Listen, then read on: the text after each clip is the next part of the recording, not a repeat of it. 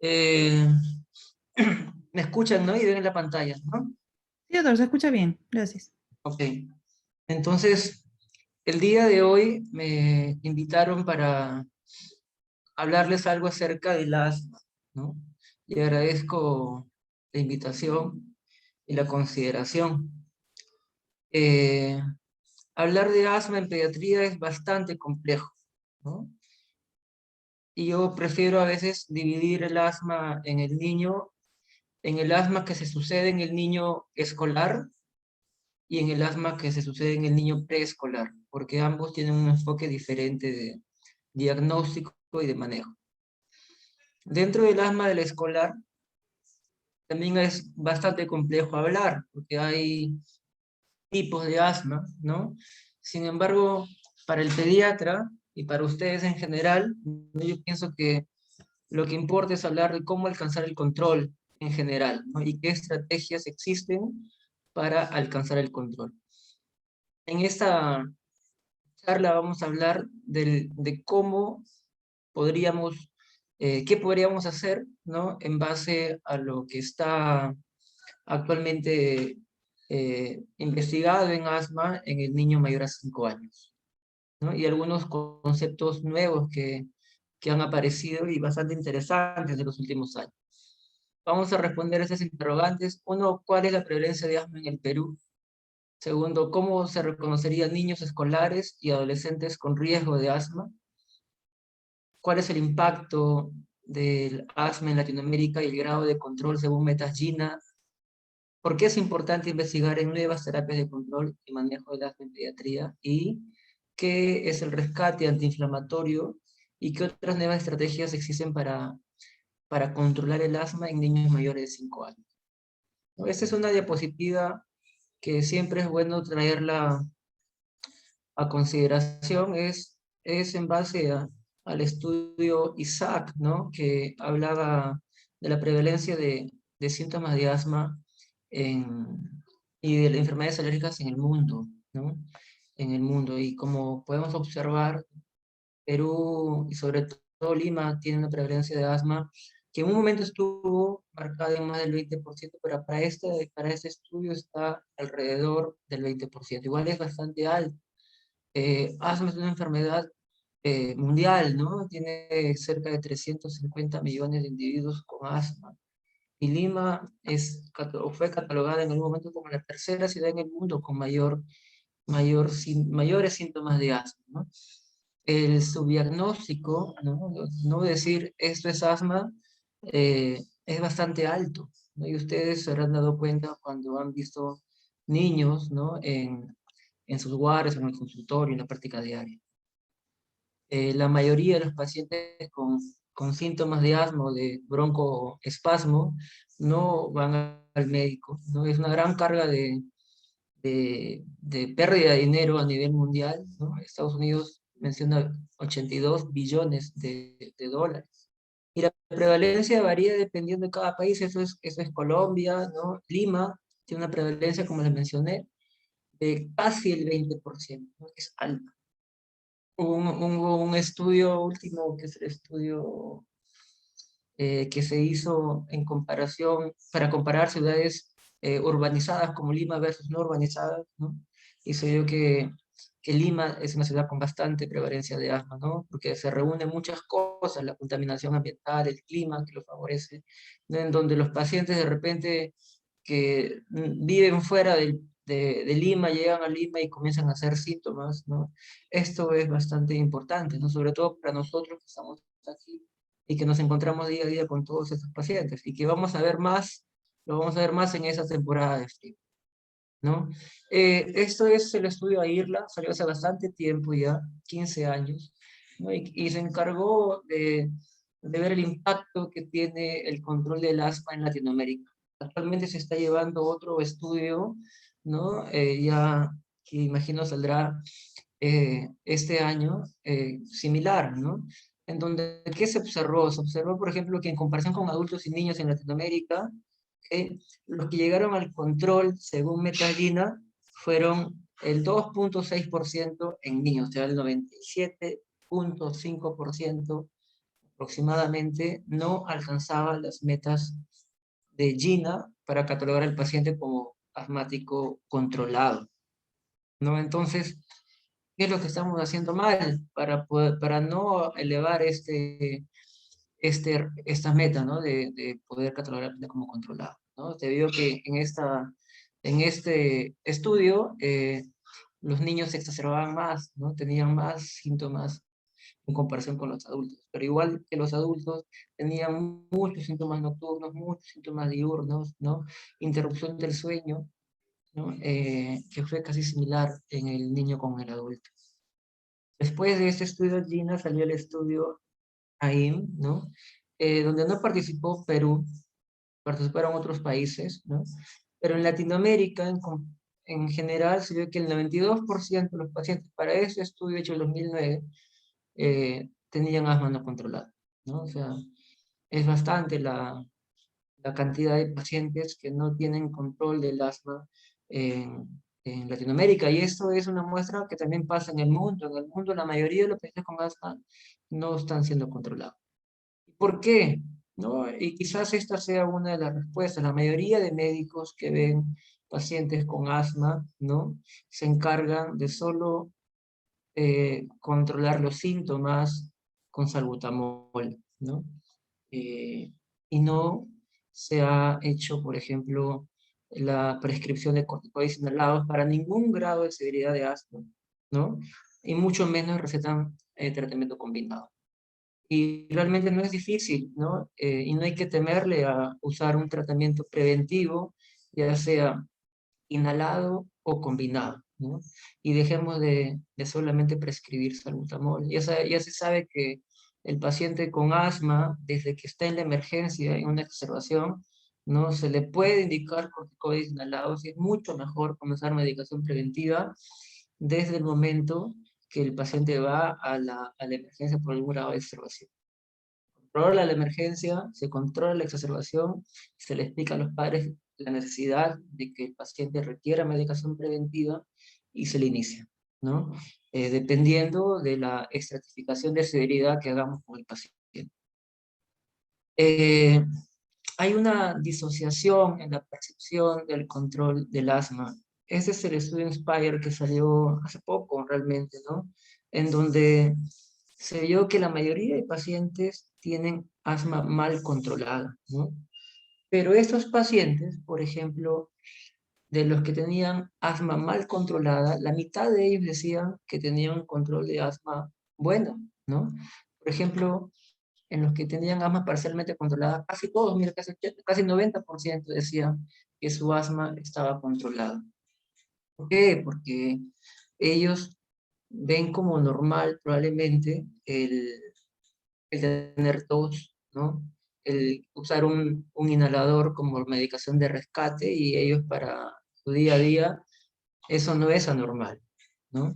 Entonces hay que cambiar esa percepción, ¿no? Los pacientes realmente en ese estudio tenían asma no controlada o parcialmente controlada en un 70% y la mayoría decía que estaban controlados, ¿no? Eh, Porque eso es lo que de repente entienden desde la visita al médico. Los pacientes con asma de todas las edades y severidades están en riesgo de exacerbación si es que dejan medicación preventiva, ¿no? Las guías de asma en el Reino Unido gradúan la severidad del asma desde 1 hasta el 6, ¿no? Y dan un tratamiento desde el 1 hasta el 6, ¿no? Y, por ejemplo, ¿qué se ven? En niños pequeñitos que no reciben medicación preventiva o están, digamos, controlados en algún grado de tratamiento, tienen hasta los 2 años y 8 meses para tener una exacerbación. Ese es el tiempo a la primera exacerbación, ¿no? En niños un poco más grandes, ¿no? El tiempo para la primera exacerbación es después. El problema son en los niños pequeñitos y en los niños grandes. En el niño pequeño hay un menor tiempo, ¿no? Que se espera para que se puedan exacerbar, ¿no? Y en los adultos ¿no? Mayores de 55 años para este estudio también, ¿no? O sea, el adulto que no visita al médico, así como el niño pequeño, tiene un mayor riesgo de observación, ¿no? Sin, así esté recibiendo algún tipo de medicación. Por eso que es importante para nosotros que en cada visita vemos en qué grado es el paciente, porque no siempre el asma se manifiesta en una misma intensidad, ¿no? Yo le digo a los pacientes, a los papás de los pacientes, le digo, el asma es una enfermedad dinámica, ¿no? Que se mueve a lo largo y se mueve y se despierta y se duerme y está bien activa a lo largo del año. Está más o menos dormida, ¿no? En meses de calor, pero está bastante despierta en meses fríos. Probablemente un paciente que está controlado con fluticasona 100 microgramos mañana y noche, digámoslo así, en verano, esto no le sea suficiente esa medicación en invierno, ¿no? Porque cambia. Y entonces eso amerita de que el seguimiento en consultorio también vaya de la mano con el grado de severidad de la enfermedad, ¿no? ¿Cómo se clasifican las exacerbaciones para un estudio clínico, ¿no? Para un estudio clínico, ¿no? Hablan de una exacerbación grave cuando el paciente va a la emergencia o se hospitaliza o requiere corticoides orales, ¿no? Entonces, ¿por qué? Porque el uso de corticoides orales habla de que existe una exacerbación. Las exacerbaciones respiratorias eh, son una elevación de la inflamación a nivel bronquial y provocan cambios estructurales en la vía aérea, ¿no? En esta diapositiva, por ejemplo, ¿qué dice? El asma es una enfermedad crónica, inflamatoria, con una variabilidad día a día de los síntomas, ¿no? Por ejemplo, a veces hay síntomas eh, muy pocos, ¿no? Durante el año, pero hay momentos durante el año, como por ejemplo los meses fríos, en donde se exacerban, ¿no? Y de repente hay un año en el cual no les pasa nada al paciente por ser que le dio que se duerma, se despierta, ¿no? Y hay un año de repente en el cual le da más síntomas. Y este paciente hay que seguirlo durante el tiempo, porque probablemente cuando esté en ese estado donde no hay pocos síntomas, requiera muy poca o ninguna medicación. Pero cuando esté en este estadio, ¿no? O en esa etapa, ¿no? En ese tiempo, requiera más medicación. Los síntomas aumentan más allá de la gravedad día a día y a la semana, ¿no? Lo que lleva a exacerbaciones. El paciente que tiene síntomas, a veces le damos un medicamento de rescate, ¿cierto? Un medicamento de rescate cuando aumenta un poco más los síntomas, pero hay un momento en el cual aumentan más los síntomas y requiere más medicación de rescate. ¿Qué pasa aquí? ¿No? Acá hay mucha más inflamación a nivel bronquial, ¿no? Y se suceden una serie de eventos a nivel eh, de membrana, a nivel bronquial, ¿no? Donde pueden modificarla y generar algún tipo de cambio estructural irreversible. En cambio, el paciente no lo siente, bueno, le damos salbutamol, puede que mejore y pasó, pero el cambio está. ¿Qué es lo que se puede hacer para que no existan cambios o se reduzca la posibilidad de que la inflamación siga aumentando? ¿No? Eso es lo que se está viendo ahora último, por ejemplo, en lo que Gina nos dice, ¿no? ¿Qué pasa en ese momento cuando, por ejemplo, el paciente se va a exacerbar, ¿no? Primero aumentan los síntomas, a medida que aumentan los síntomas, la función pulmonar comienza a caer, ¿no? Y la necesidad de medicación de rescate, ¿no? Como por ejemplo salbutamol, ¿no? Ya sea inhalado o nebulizado, también aumenta. Pero a veces en este momento, en este pico no es suficiente el salbutamol. Entonces, los pacientes, ¿por qué requieren otra cosa más? Porque también aumenta la inflamación a nivel de la membrana bronquial, ¿no? Y los pacientes de repente requieren corticoides orales para poder reducir la inflamación. Nosotros sabemos que la presencia de corticoides orales, ¿no? Trae una serie de efectos secundarios, ¿no? Ya se ha visto que el empleo de cuatro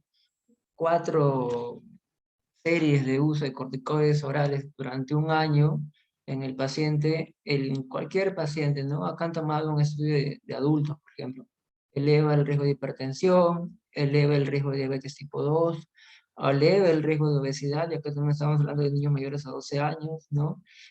Problemas oculares, ¿no? Problemas gastrointestinales y problemas óseos, ¿no? Entonces, los corticoides orales no están exentos de efectos adversos. Y cada exacerbación que el paciente tenga también eleva a largo plazo el riesgo de enfermedad pulmonar crónica, ¿no? Desde el niño que comienza a exacerbarse a cada rato tiene mayor riesgo de hacer EPOC y bronquitis crónica en la etapa adulta, ¿no? Con restricción a la actividad física porque se daña el pulmón. Nosotros solo estamos viendo en una crisis los síntomas, que es la punta del iceberg, pero no estamos viendo qué hay abajo. Abajo hay cambios funcionales como obstrucción del flujo aéreo, ¿no? Hay hiperreactividad bronquial, ¿no? Y hay inflamación de vía aérea. Todo eso se traduce en función pulmonar alterada, ¿no?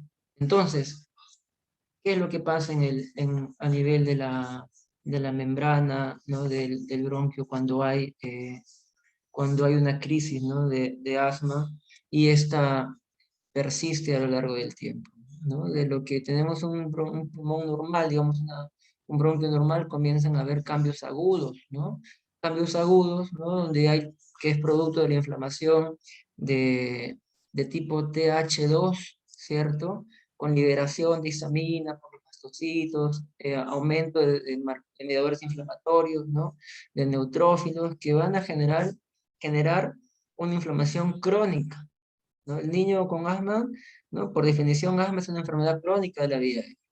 Pero esa inflamación crónica, si es que no se desinflama, entre comillas, lleva a cambios estructurales que se llaman remodelamiento pulmonar, ¿no? Donde ya comienza a reducirse la función pulmonar. Es pérdida de digamos, de epitelio bronquial, ¿no? Y de partes del sistema respiratorio que aparecen en estos pacientes con asma, ¿no? En los cuales ya tienen remodelado la vía aérea, ¿no? Esto es consecuencia, ¿no? Como le dije, de un aumento de respuesta TH2.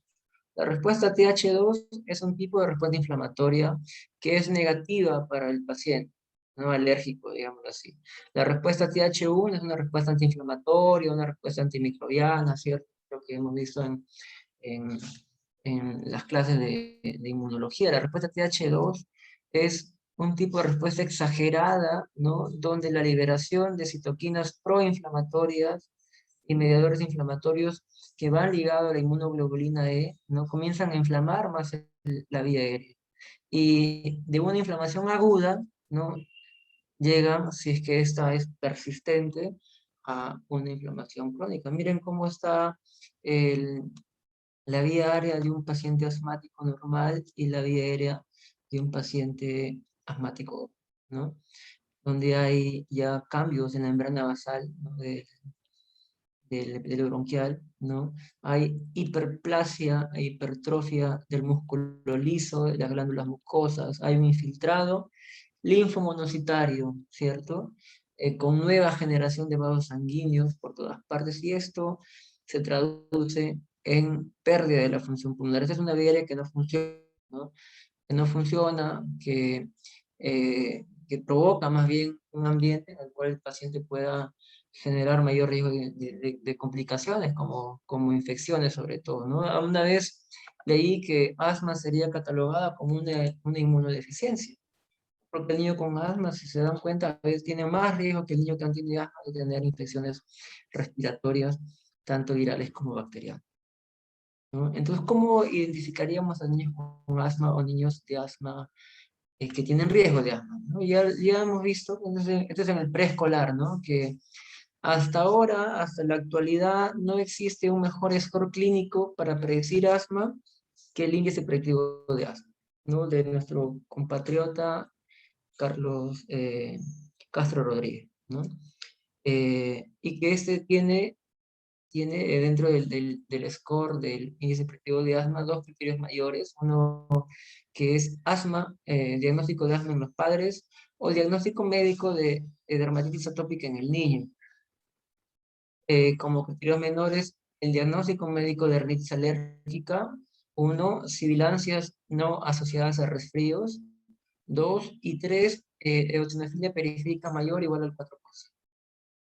¿No? Este score clínico de asma también varió, ¿no? Y la doctora Gilbert lo modificó, ¿no? Porque a la fecha, en la actualidad, se está tomando bastante interés en la sensibilización alérgica, ¿no? Sobre todo en el preescolar.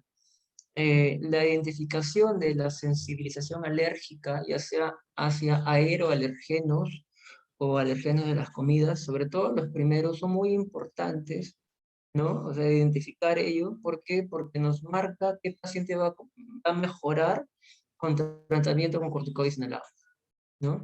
Por eso que ahí es utilizado en el PR3 para identificar quiénes se benefician de corticoides inhalados. El estudio INFANT, que salió el año 2015, si más no me equivoco, nos habla que los pacientes que tienen eosinofilia o que están sensibilizados a aeroalergenos, ¿no? Por lo menos uno o más, tienen mayor chance, ¿no? De responder a corticoides inhalados que aquellos que no, porque tienen un tipo de patrón eosinofílico, ¿no? Que es el fenotipo inflamatorio, y uno de los fenotipos inflamatorios que puede haber en el asma. La doctora Gilbert modificó el índice expresivo de asma, ¿no? Ella mencionó que uno primero tiene que haber por lo menos 4 episodios de sibilancias en un año, ¿no? Además, tendría que haber un criterio mayor o 2 criterios menores. Entonces, el criterio mayor, ¿no? Es lo que mencionó Castro Rodríguez, diagnóstico de asma en los padres o en el niño de dermatitis atópica, pero agregó la sensibilización de uno o más aeroalergenos, ¿no? Y como criterio menor, ¿no? ¿Qué agregó? Agregó, aparte de lo que, de la eosinofilia periférica y de las sibilancias no asociadas a resfríos, ¿no? Agregó la sensibilización alérgica a alimentos, leche, huevo, maní, ¿no? Y retiró el criterio de dermatitis alérgica. Se están haciendo estudios, ¿no? Para dónde se usa ya ahora el índice expresivo de asma modificado, porque incluye justamente ese tipo de variables como es la sensibilización a aeroalergenos y alimentos y de alimentos. Otro score interesante, ¿no? Pero que se aplica en Estados Unidos, ¿no? Porque fue hecho una población norteamericana, es el PARS. El PARS es un score clínico, ¿no? Para predecir asma, que tendría una sensibilidad un tanto mayor, dicen que entre 10% mayor y mejor que el índice predictivo de asma, ¿no? Y sobre todo, identifica niños, ¿no? En bajo y moderado riesgo de asma. El índice predictivo de asma identifica niños de una buena forma en un grupo de niños de alto riesgo de asma, al igual que el PARS. Pero el PARS también, aparte, identifica una gran cantidad de niños, hasta un 11%, por ejemplo, cuando están en bajo riesgo de tener asma. ¿Y qué es lo que contiene el PARS? El PARS es el score de riesgo de asma en pediatría, ¿no? E incluye 6 variables: el asma en padres, el diagnóstico de dermatitis atópica antes de los 3 años, sibilancias no asociadas a resfríos, ¿no? Sibilancias antes de los 3 años, raza afroamericana, ¿no? Y la positividad de 2 o más aeroalergenos o alergenos de los alimentos. Le dan una puntuación, ¿no? Y dependiendo de la puntuación, vamos a ver el riesgo que tiene el niño de tener asma a la edad de los 7 años, ¿no? En base a si es de bajo riesgo, de riesgo moderado o de alto riesgo. Como le dije, sería un 11% más sensible que el lápiz, ¿no? Sería un mejor score de predicción de asma que el índice predictivo de asma de Castro Rodríguez. Y es útil, sobre todo, y eso es lo importante de ese score, que identifica niños de asma en niños de bajo riesgo y de mediano riesgo. Sin embargo, se aplica o se aplicaría en niños americanos solamente, ¿no? Por esta variable. Eh, no sabemos el impacto que tendría este score, por ejemplo, en raza hispánica, ¿no? Donde se ve que la raza hispánica tendría una mayor preponderancia, ¿no? Predisposición a desarrollar síntomas de asma. Bueno, volvamos al tema en general. El tema en sí es el manejo del asma en niños, ¿no? En esta ocasión en niños escolares y en niños adolescentes. ¿Qué es lo que hay? Visión GINA, el GINA que nos dice que el tratamiento del asma puede ser adecuado, puede ser inadecuado, y puede ser,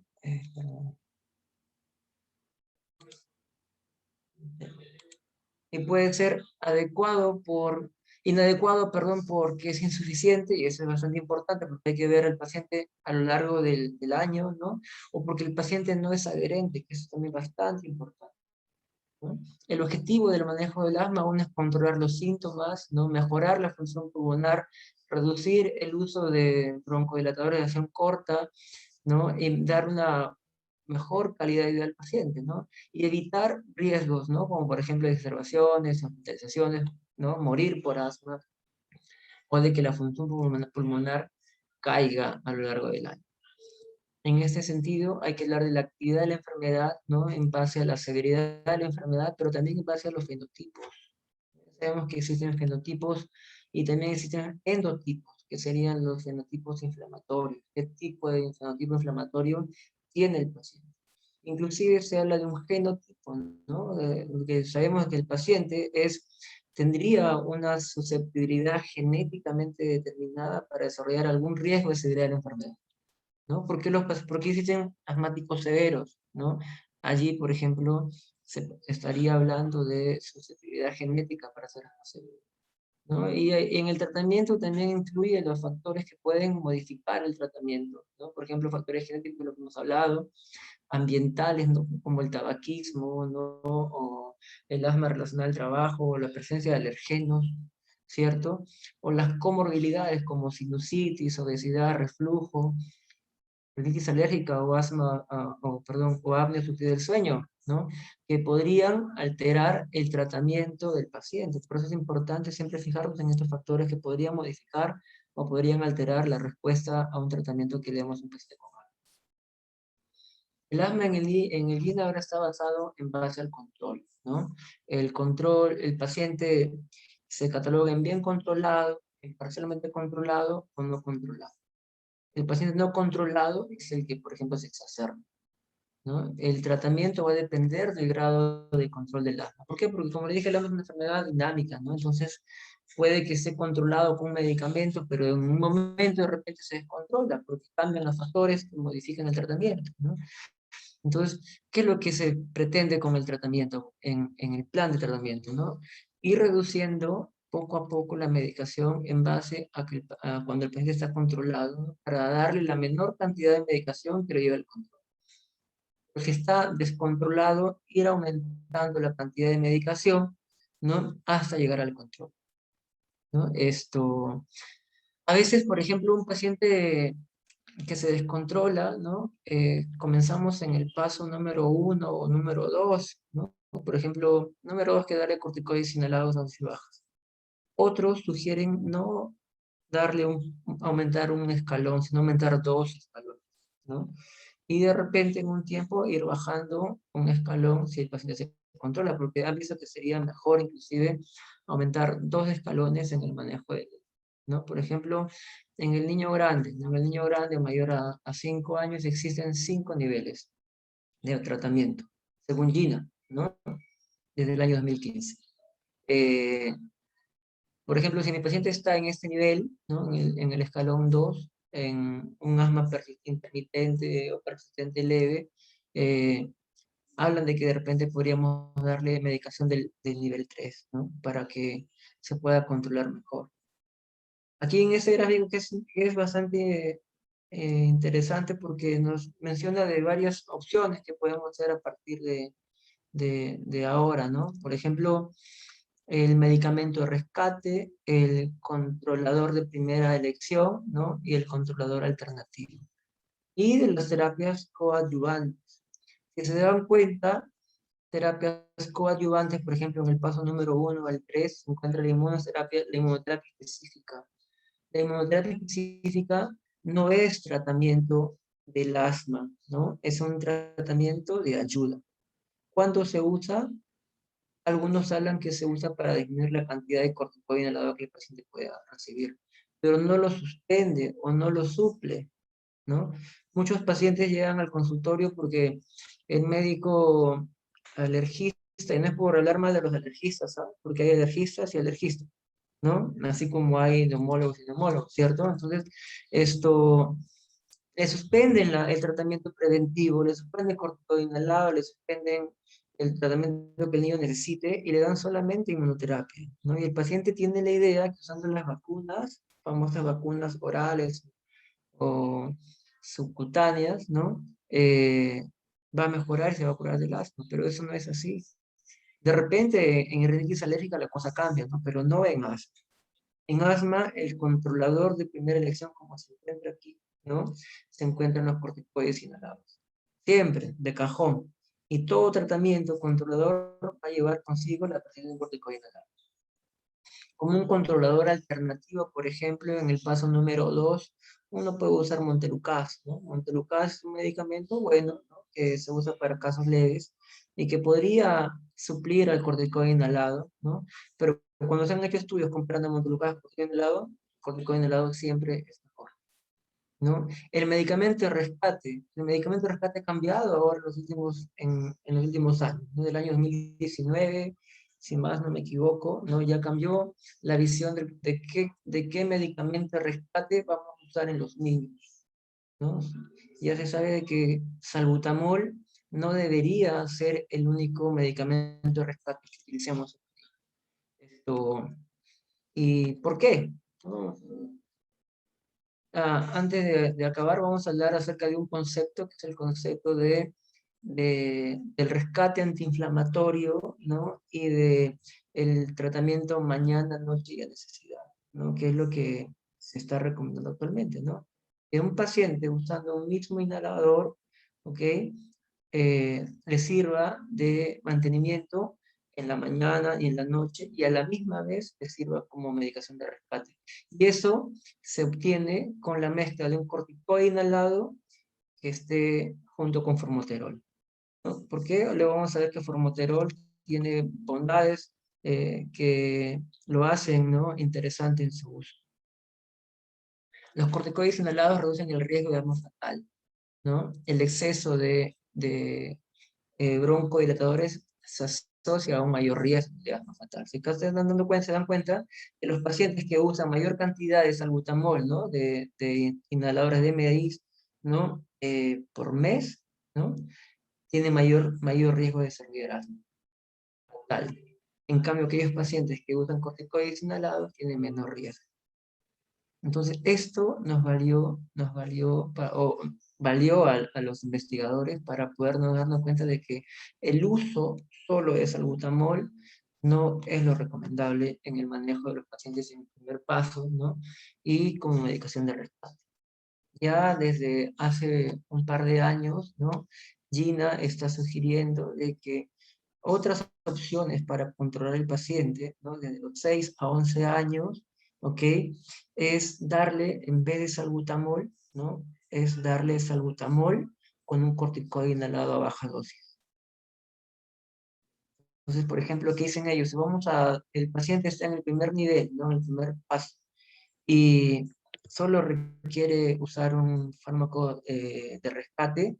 Ese fármaco de rescate debería ser salbutamol y un corticoide inhalado, fluticasona, mometasona, ciclesomide, beclometasona, lo que fuere, ¿no? Porque sea corticoide inhalado, ¿no? Y se da cada vez que usamos el salbutamol, ¿no? En niños pequeños, por ejemplo, también se está recomendando no usar, por ejemplo, salbutamol con fluticasona. 2 padres de salbutamol, 2 padres de fluticasona, cada vez que el paciente tenga necesidad de usar, ¿no? Por síntomas. Ya cuando vamos aumentando la cantidad, el nivel, ¿no? Porque tiene otros síntomas, el siguiente nivel es darle corticoide inhalado a dosis bajas, ¿cierto? Acá, por ejemplo, como una opción eh, de controlarlo también es usar antileucotrienos, ¿no? O también acá dice niveles bajos de corticoide inhalado sumados con salbutamol. En niños grandes, ¿no? Esto se puede traducir en usar, por ejemplo, formoterol con corticoide inhalado, también a demanda. Vamos a verlo después, ¿no? En el paso número 3 ya está viendo de que en vez de darle el doble de en vez de darle dosis baja de corticoide inhalado, la recomendación, ¿no? Es usar, por ejemplo, la combinación de un LABA, broncodilatador de reacción prolongada con corticoide inhalado, ¿no? O doblar la cantidad de corticoide inhalado. O, como otra opción, es darle una dosis baja de corticoide inhalado con antilecotrieno. Encuentra, no mejora con eso, y es mejor derivar a un especialista. Lo que tienen que saber ustedes más encuentra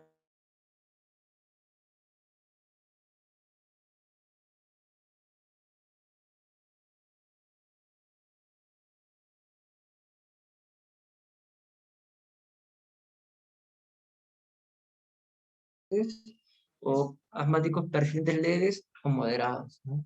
Y muy poquitos son severos que requieran servicio por un especialista. Entonces hay que tomar en cuenta eso que está en el gráfico. ¿Qué es lo que se sabe entonces? Que no es bueno usar una homoterapia con salbutamol, ¿no? Que es lo que tiene ya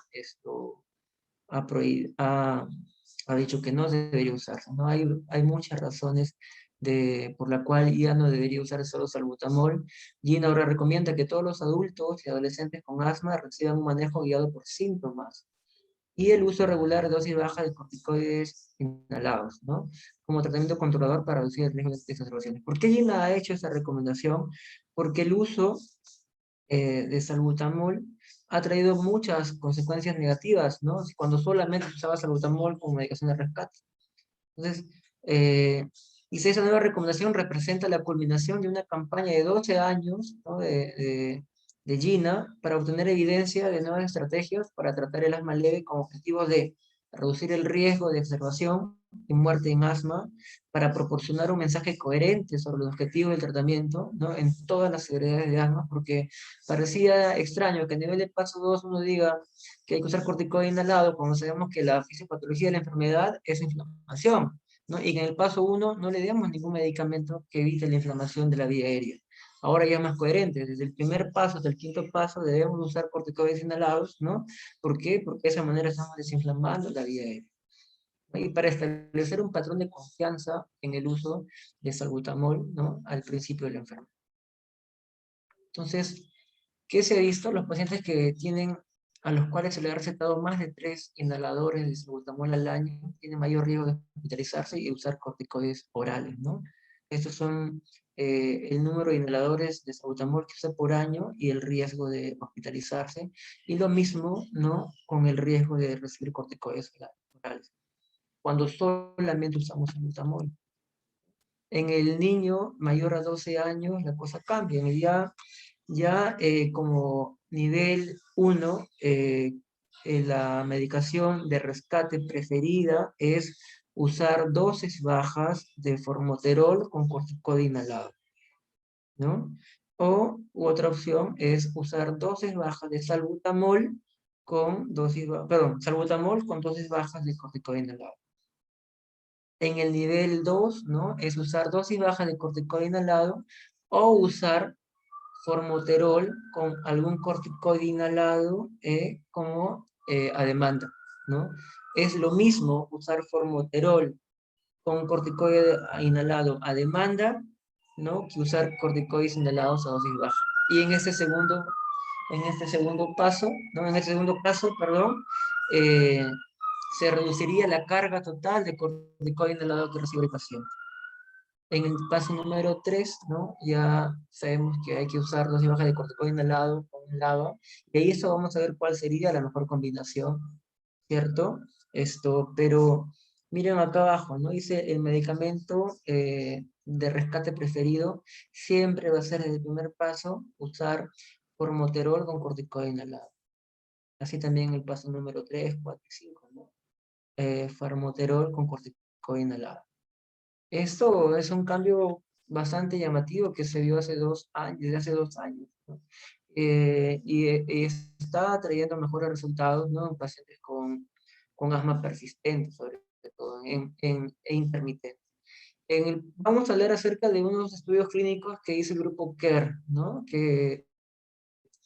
todas las recomendaciones que se hacen en asma son en base justamente a ensayos clínicos que ha hecho este grupo eh, eh, que realiza, ¿no? Justo grandes estudios para ver qué tratamiento sería mejor en el asma. Y son todos estos. Vamos a hablar del estudio PIG, del estudio TREXA, del estudio Battier, ¿no? Y luego vamos a hablar de los estudios que se han hecho para el manejo del tratamiento combinado en asma, ¿no? Por ejemplo, el estudio PIG que se hizo en niños pequeños, ¿ah? Y lo traigo a esta charla porque nos da una información importante, ¿no? Fueron 285 niños randomizados de 2 a 3 años, ¿no? Con índice predictivo de asma positivo. Fue un estudio que se hizo en el año 2006, ¿ah? Hace bastantes años.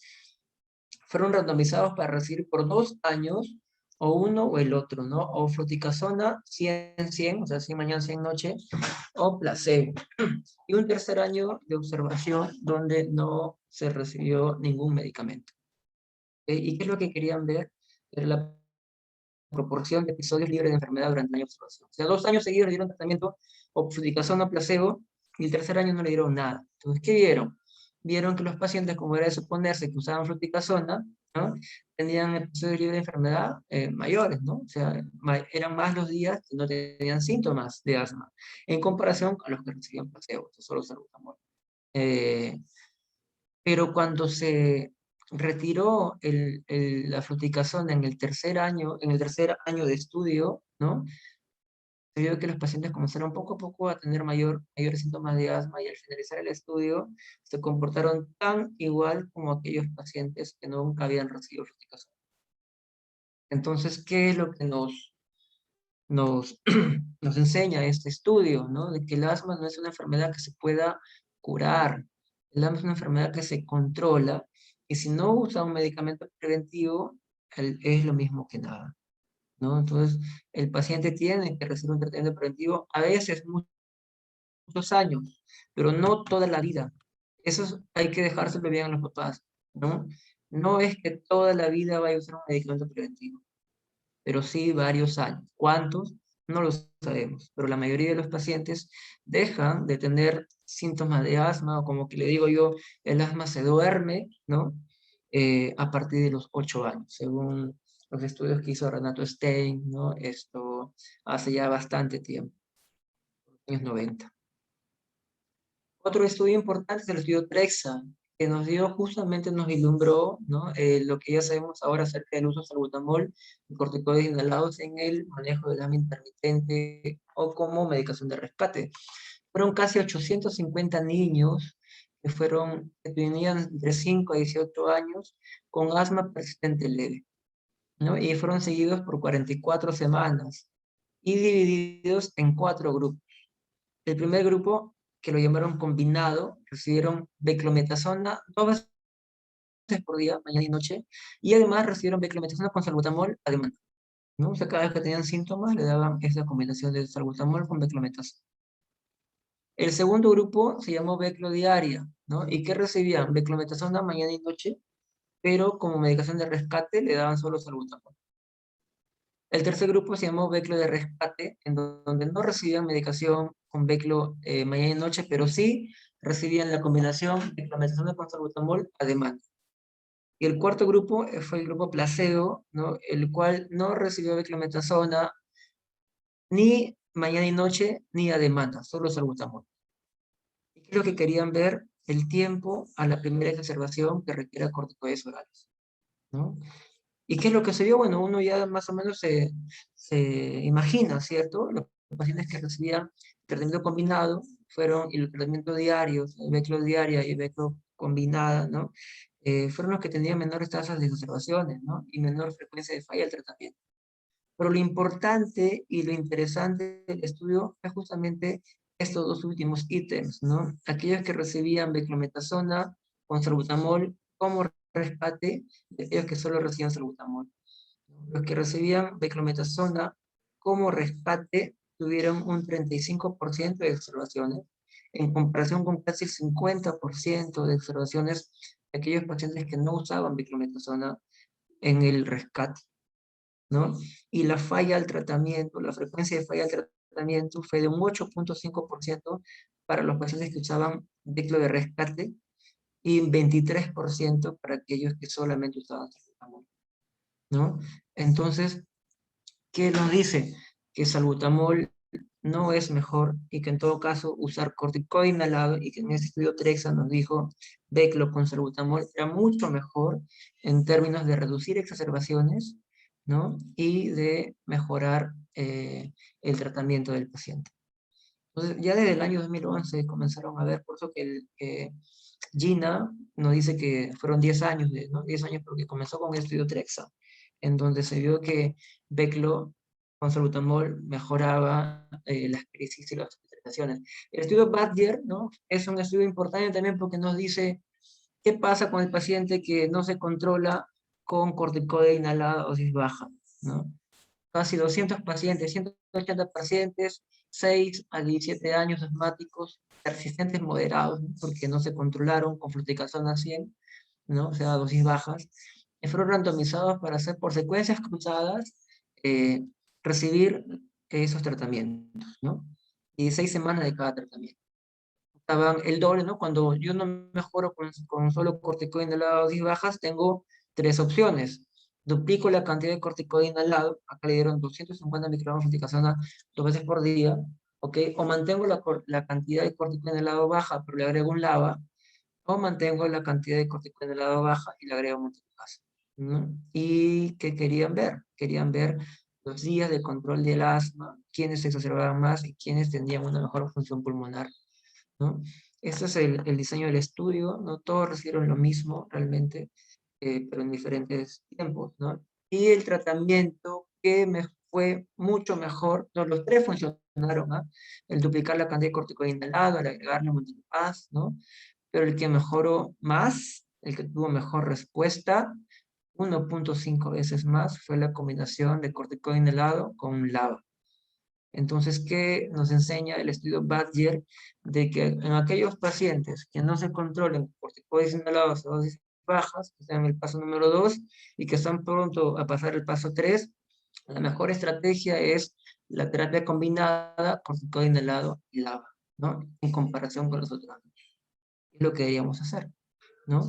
Esto, pero ahora hay varias combinaciones de corticoides inhalados con LABA. ¿Cuál será la mejor opción? Por ejemplo, en el mercado peruano existe salmeterol con fluticasona y también existe budesonida con formoterol, ¿no? Y acá viene el concepto del beneficio MART, ¿no? Realmente el estudio se llamaba SMART, ¿no? O la terapia SMART, que significa de mantenimiento y de rescate.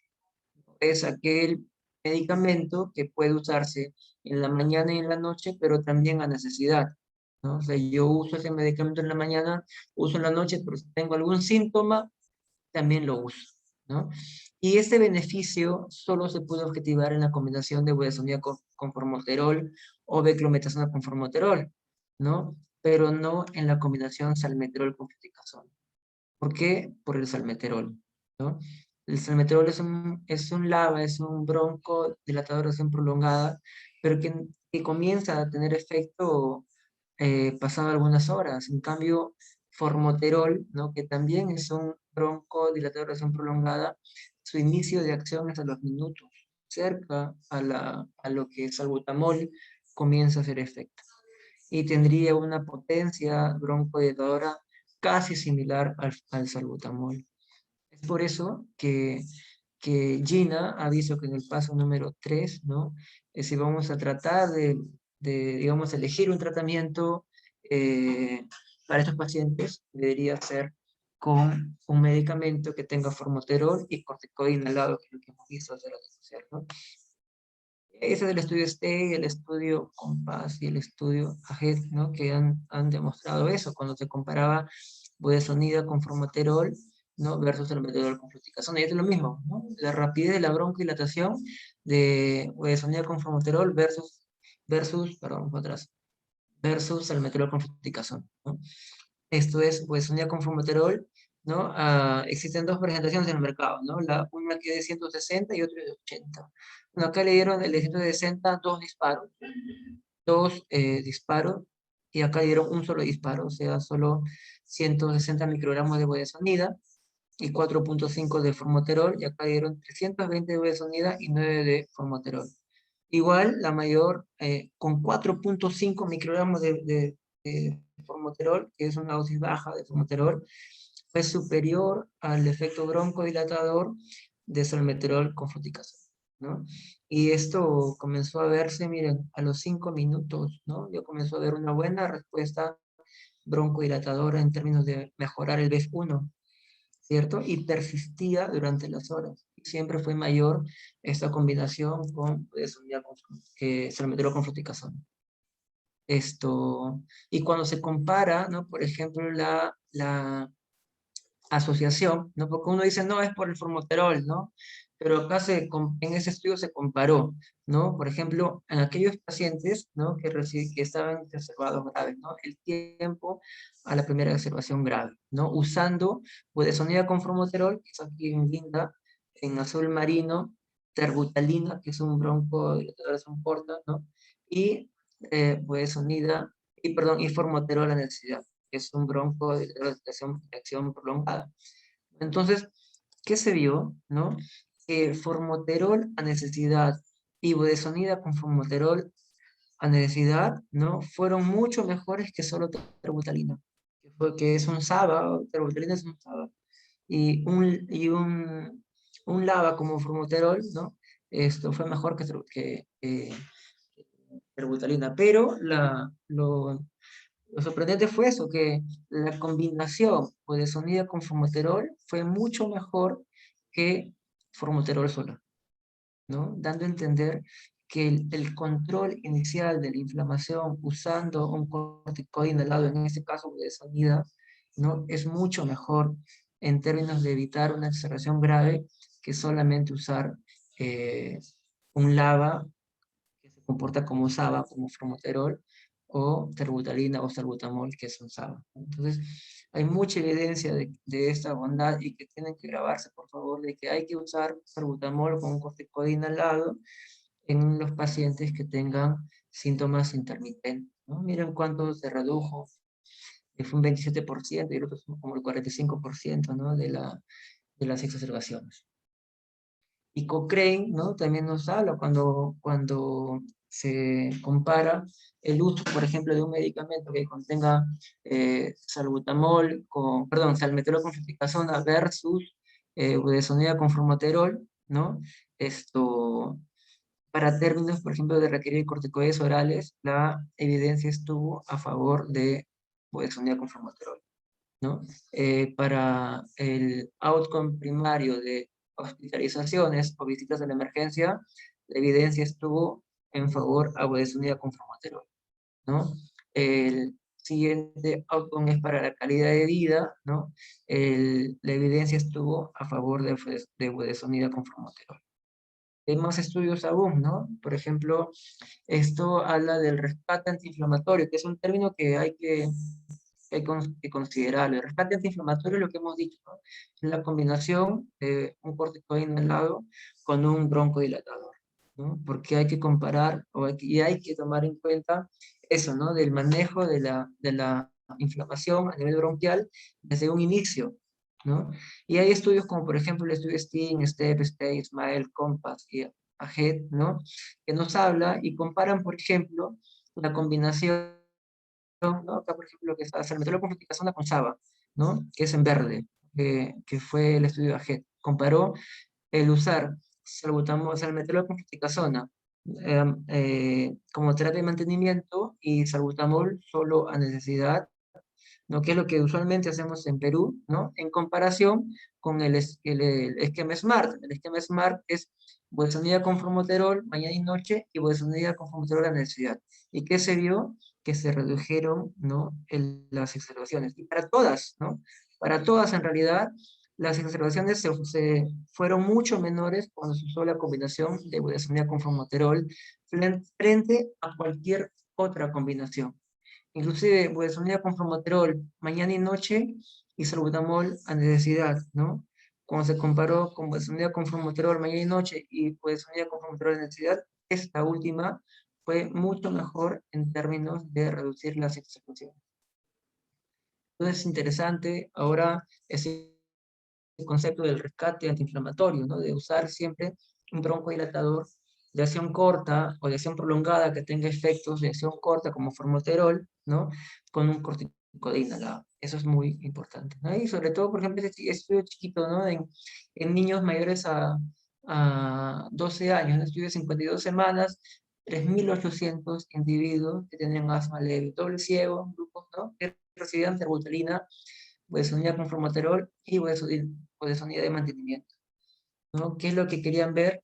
La efectividad de la budesonida con formoterol sobre el grupo de terbutalina de solo un SABA en el control de los síntomas.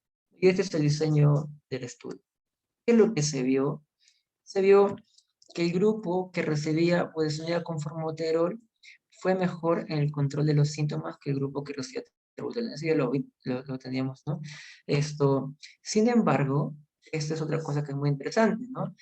Que la tasa de exacerbaciones anuales fue menor en el grupo de budesonida con formoterol y budesonida de mantenimiento, ¿no?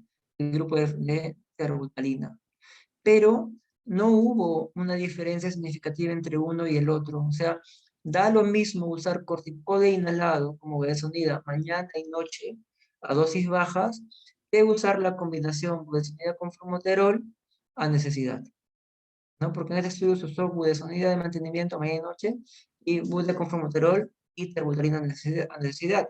Y en este estudio se vio que daba lo mismo usar budesonida mañana y noche todos los días a dosis bajas, 200, perdón, 100 dieron acá, y que usar budesonida con formoterol a demanda, ¿no?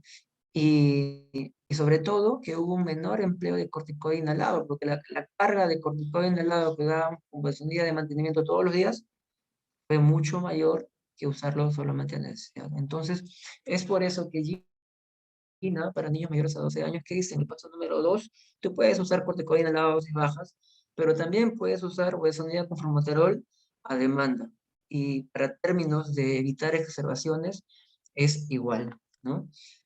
Entonces, hay mucha más evidencia, ¿no? Cuando es el momento de usar, por ejemplo, este tratamiento, ¿no? Hay que saber que hay un punto de no retorno, ¿no? Un punto en el cual la inflamación o la inflamación aguda se llega a un pico que ya nada lo salva, ¿no? Entonces ahí hay que usar corticoides orales. ¿En qué momento habría que usar de todo esto la combinación de corticoide inhalado con broncodilatador?